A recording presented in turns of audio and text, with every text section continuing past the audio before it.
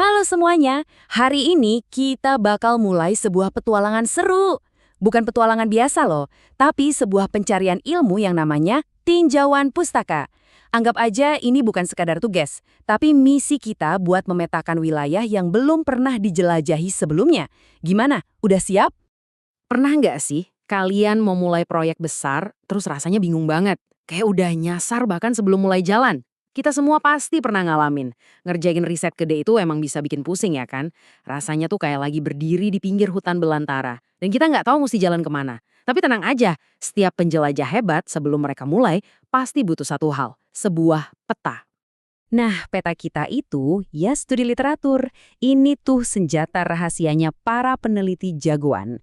Lewat sini kita bisa paham medan perangnya, belajar dari orang-orang yang udah pernah lewat jalur ini sebelumnya, dan akhirnya nemuin jalan kita sendiri. Oke, terus kenapa sih peta ini penting banget? Soalnya tinjauan pustaka itu bukan cuma sekedar baca banyak buku atau artikel ya. Bukan. Ini tuh lebih kayak eksplorasi strategis yang tujuannya jelas banget.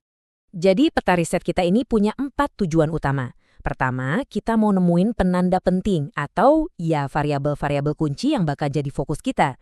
Kedua, kita belajar dari penjelajah terdahulu. Nah ini penting banget, bukan cuma biar kita nggak ngulangin hal yang sama, tapi juga buat ngelihat, oke penelitian mereka berhenti sampai di sini. Nah di celah itulah petualangan kita dimulai. Keren kan? Ketiga, kita cari jalur baru dengan dapetin sudut pandang yang lebih segar. Dan yang terakhir, kita hubungin titik-titiknya buat ngelihat gimana semua variabel ini nyambung satu sama lain. Setiap petualangan kan butuh peralatan yang pas. Nah, dalam riset, peralatan kita itu ya sumber informasi yang berkualitas. Yuk sekarang kita coba lihat deh, intel-intel apa aja yang bisa kita kumpulin buat perjalanan ini.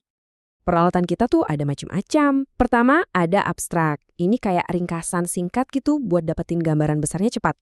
Terus ada ulasan atau review. Ini isinya analisis kritis dari peneliti lain.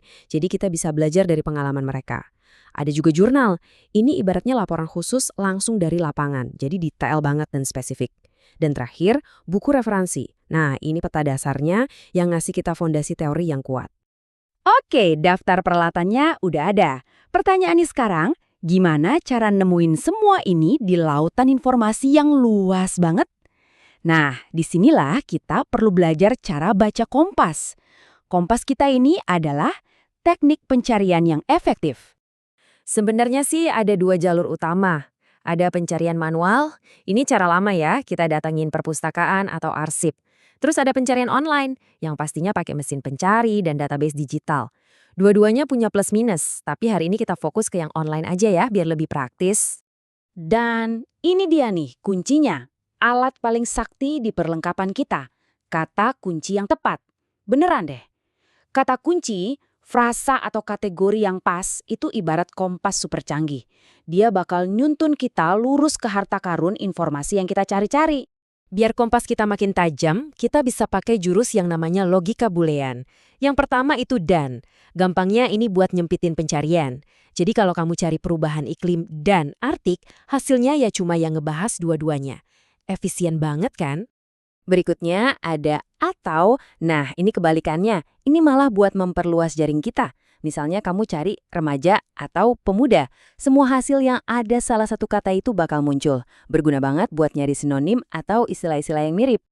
Dan yang terakhir, tidak. Ini fungsinya kayak filter. Misal, kamu lagi riset soal hewan jaguar, tapi yang keluar malah mobil jaguar melulu. Nah, kamu bisa cari jaguar, tidak mobil.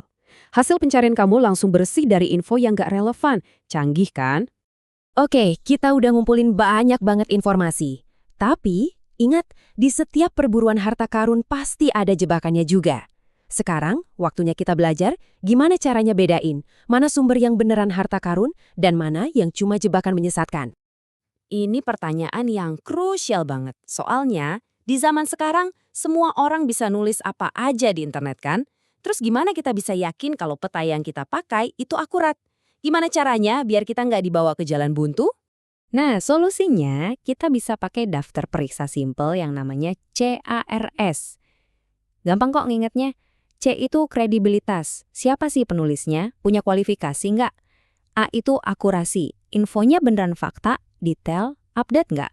R itu kewajaran atau reasonableness. Pembahasannya adil dan objektif atau berat sebelah. Dan terakhir, S itu dukungan atau support. Klaim-klaimnya itu ada referensinya nggak? Ini alat yang sederhana, tapi ampuh banget buat ngehindarin jebakan informasi. Nah, sekarang kalian udah punya semua alat yang dibutuhin.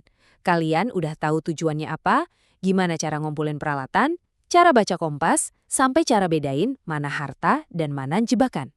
Petualangan kalian udah siap dimulai. Ingat ya, tinjauan pustaka itu bukan rintangan. Anggap itu sebagai peta kalian. Peta ini menghargai para penjelajah sebelumnya, sekaligus ngebuka jalan buat penemuan kalian sendiri.